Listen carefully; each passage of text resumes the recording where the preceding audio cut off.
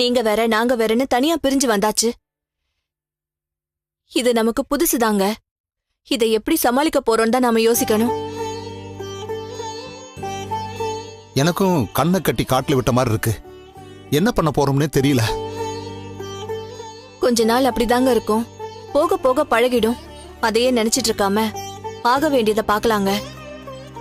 தனியான்னு வந்ததுக்கு அப்புறம் நான் கீழே போய் சமைக்க முடியாது. அவங்க சமைக்கிறதையும் சாப்பிட முடியாதுங்க. நமக்குன்னு ஒரு கிச்சன் வேணுங்க. சமைக்கிறதுக்கு பாத்திரம் எல்லாம் வேணும். முதல்ல அதெல்லாம் போய் வாங்கிட்டு வந்துடலாங்க. சரி அண்ணி, என் வீட்லயே நான் எல்லாம் வாங்கிதான் வச்சிருக்கேன். இனிமே நான் இங்கதான் இருக்க போறேன்னா எதுக்கு புதுசா வாங்கணும்? நம்ம அதையே யூஸ் பண்ணிக்கலாமா? அதுவும் நல்ல யோசனை தான் ரஞ்சிதா. ஏங்க, நீங்களும் ரஞ்சிதாவும் போய் அதெல்லாம் எடுத்துட்டு வந்துருங்க. ரஞ்சிதா, எல்லாத்தையும் அள்ளி போட்டு வந்துடாத. ஸ்டவ், சிலிண்டர், சமைக்கிறதுக்கு 5-6 பாத்திரம் இருந்தா போதும். சரிங்க அண்ணி. இந்த ஸ்டவ் பாத்திரம் எல்லாம் எடுத்துட்டு வந்து எங்க வைக்கிறது? இந்த ஹால்லயே எங்கேயாவது ஓரமா வச்சிடலாமா? ஆஹா, இல்லங்க, அது சரியா வராது. ஏங்க, ரஞ்சிதா இருந்த மாடி போர்ஷன் காலியா தானே இருக்கு. அங்க கிச்சனும் இருக்குங்க. சமைக்கிறது சாப்பிடுறதெல்லாம் நாம அங்கேயே வச்சுக்கலாங்க. ஆமா இல்ல, அப்ப இடம் பிரச்சனை எல்லாம் எதுவும் இல்ல. அப்போ நானும் ரஞ்சிதாவும் பொருள் எல்லாம் எடுத்துட்டு வந்துடுறோம். நீ போய் அந்த போர்ஷனை கிளீன் பண்ணி ரெடி பண்ணி வை. சரிங்க. என்னங்க, கீழே யாரு என்ன பேசினாலும் நீங்க கண்டுக்காதீங்க. பதிலும் பேசாதீங்க. நீங்க பாட்டுக்கு வந்துருங்க.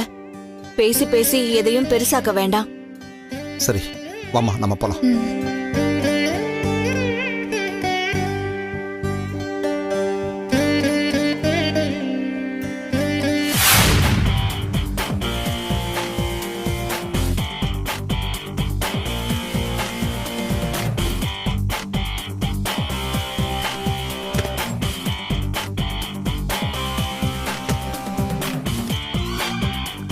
கன்ஃபார்மா கல்யாணம் நின்றுருக்கு.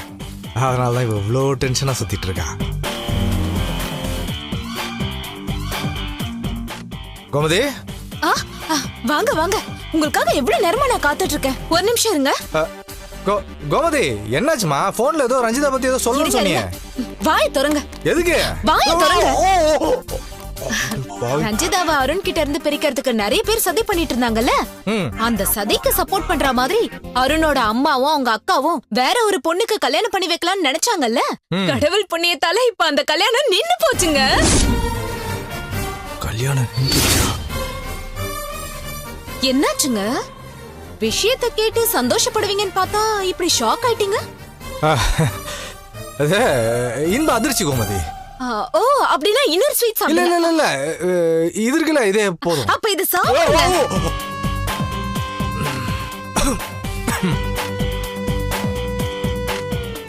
ரஞ்சிதா விஷயத்துல நம்மளால பெருசா எதுவும் செய்ய முடியல. அவ வாழ்க்கை என்ன ஆக போதும் நான் வேற பயந்துட்டே இருந்தேன்.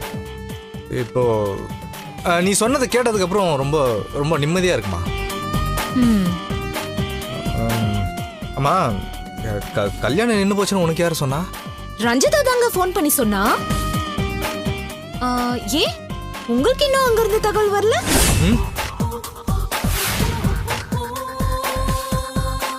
உனக்கு தகவல் சொல்றதுக்கு ரஞ்சிதா இருக்கல்ல, எனக்கு அங்க யாருமா இருக்கா? அருண் சொல்லிருப்பாருன்னு நினைச்சேங்க. அச்சச்சோ, என்னாச்சுமா? இன்னொரு முக்கியமான விஷயத்த சொல்ல மறந்தே போயிட்டங்க. அந்த விஷயத்த மட்டும் கேட்டீங்கன்னு வச்சுக்கோங்க, நீங்க வானத்துக்கும் பூமிக்கும் குதிப்பீங்க.